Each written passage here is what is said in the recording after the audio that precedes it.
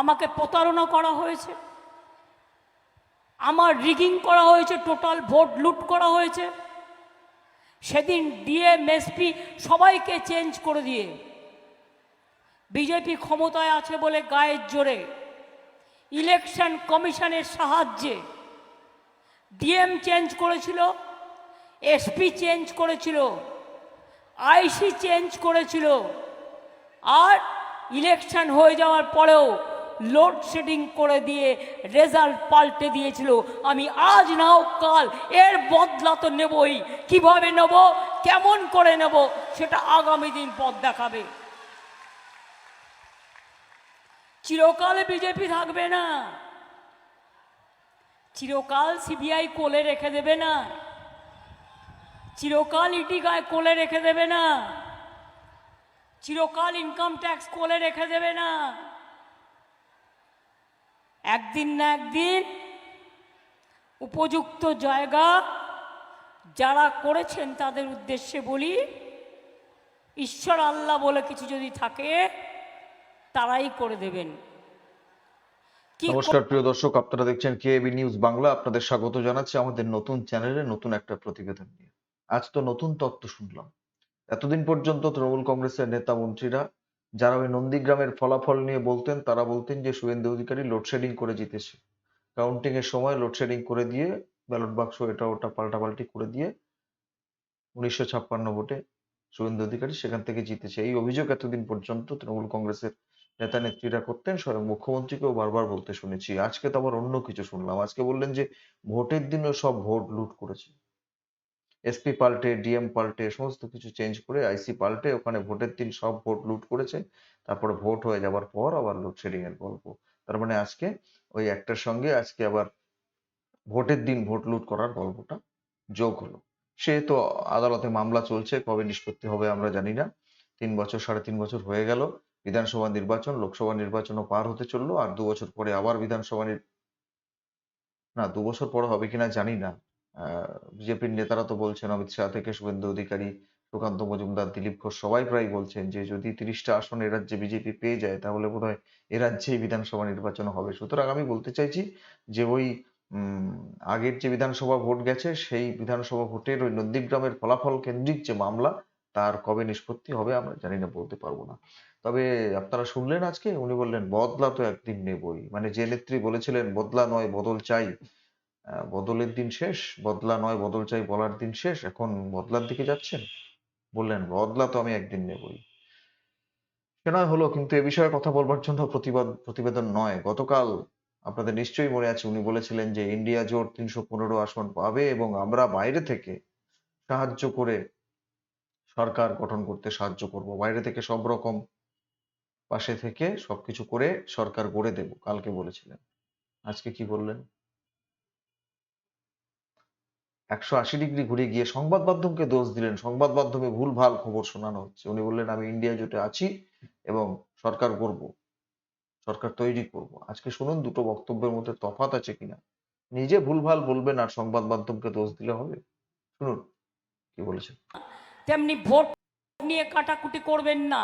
তার কারণ সিপিএমটা আবার কংগ্রেস আর সিপিএম মিলে বিজেপির টাকায় তারা ভোটে দাঁড়িয়ে ভাবছে একটু ভোট কেটে দিই, তৃণমূলটা যদি হারে তাহলে আমাদের লাভ হবে। একদম একটা ভোটও সিপিএমকে দেবেন না, একটা ভোটও কংগ্রেসকে দেবেন না।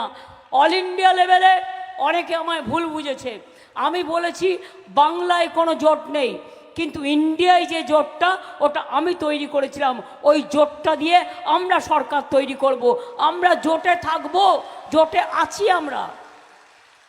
এখানকার সিপিএম নেই, এখানকার কংগ্রেস নেই, কিন্তু অল ইন্ডিয়া লেভেলে ইন্ডিয়া জোট আমি তৈরি করেছিলাম এবং ইন্ডিয়া জোটে আমরা থাকব। ভুল বোঝাবুঝির ব্যাপার নেই।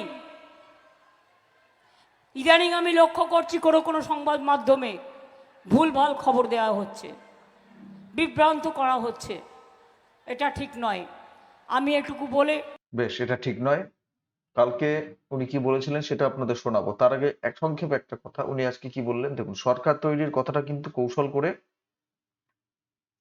বললেন যে আমরা ইন্ডিয়া জোটে আছি। হ্যাঁ, জোটে তো আছেনই, বাইরে থেকে থাকলেও জোটে থাকা হয়, অসুবিধা নেই। বাইরে থেকে সমর্থন করা, সাহায্য করা, থাকা হয়। তা কালকে হঠাৎ করে কেন বলতে গেলেন যে আমরা বাইরে থেকে সমর্থন করে সরকার করে দেব? কেন বলতে গেলেন? সংবাদ মাধ্যমকে দোষ দিচ্ছেন। প্রথম বক্তব্যটা শোনালাম, আজকের বক্তব্যটা। এবারে আপনাদের গতকালের বক্তব্যটা শোনাই। আপনারাই বলবেন যে দুটো বক্তব্যের মধ্যে মৌলিক পার্থক্য আছে কিনা, নাকি সবটাই সংবাদ মাধ্যম বানিয়ে বলছে। ওই যে বললাম, কি বলছেন, স্থিতি ঠিক থাকছে না। পরাজয়ের একটা দুঃস্বপ্ন কি তারা করে বেড়াচ্ছেন? বলতে পারবো না। এত ব্লান্ডার, এত ভুলভাল ভোট চলাকালীন। দেখুন কালকে কি বলেছিলেন। ওখানে বিজেপি হারছে, আর 3টে ফেজ বাকি আছে, তাতেও বিজেপির সিট জেতার খুব একটা সম্ভাবনা নেই। চিৎকার করবে, ইনিয়ে বিনিয়ে মিথ্যে কথা বলবে, ভাওতা করবে, জুমলাবাজি করবে, কিন্তু জিততে পারবে না। অনেকে অঙ্ক কষে বলছে,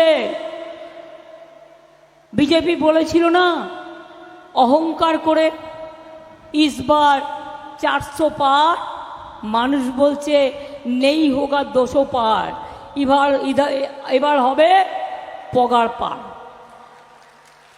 এবার হবে পগার পার। তাই জেনে রেখে দিন, ইন্ডিয়া জোট, এখানকার বাংলা সিপিএম কংগ্রেসকে ধরবেন না, ও দুটো আমাদের সাথে নেই, ও দুটো বিজেপির সাথে আছে। আমি দিল্লির কথা বলছি।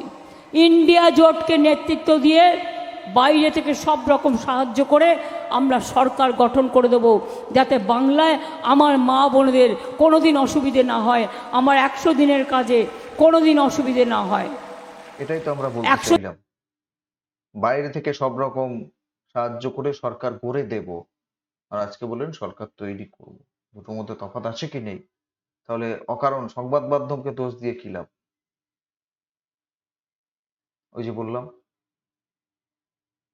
কালকে ওই কথা বলার পর চারিদিকে প্রবল প্রতিক্রিয়া হয়েছে।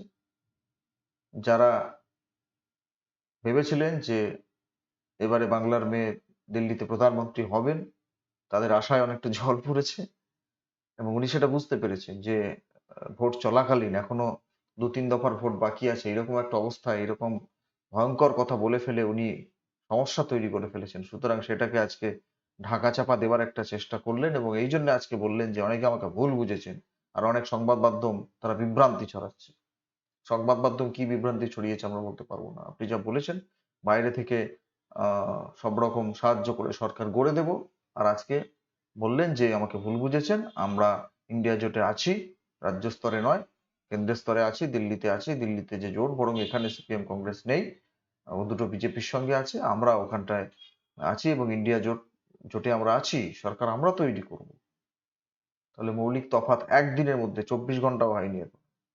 এইরকম অস্থিরতা যার, তাকে নিয়ে কোনো রকমের কোনো আলোচনা, কোনো রকমের কোনো প্রেডিকশন আমি কেন, কেউ করতে পারবেন? আপনারা আপনাদের মন্তব্য কমেন্ট বক্সে কমেন্ট করে জানাবেন, আর হ্যাঁ, শেয়ার করবেন, সাবস্ক্রাইব করবেন আমাদের চ্যানেলটি প্রতিবেদনটি ভালো লাগলে। ধন্যবাদ।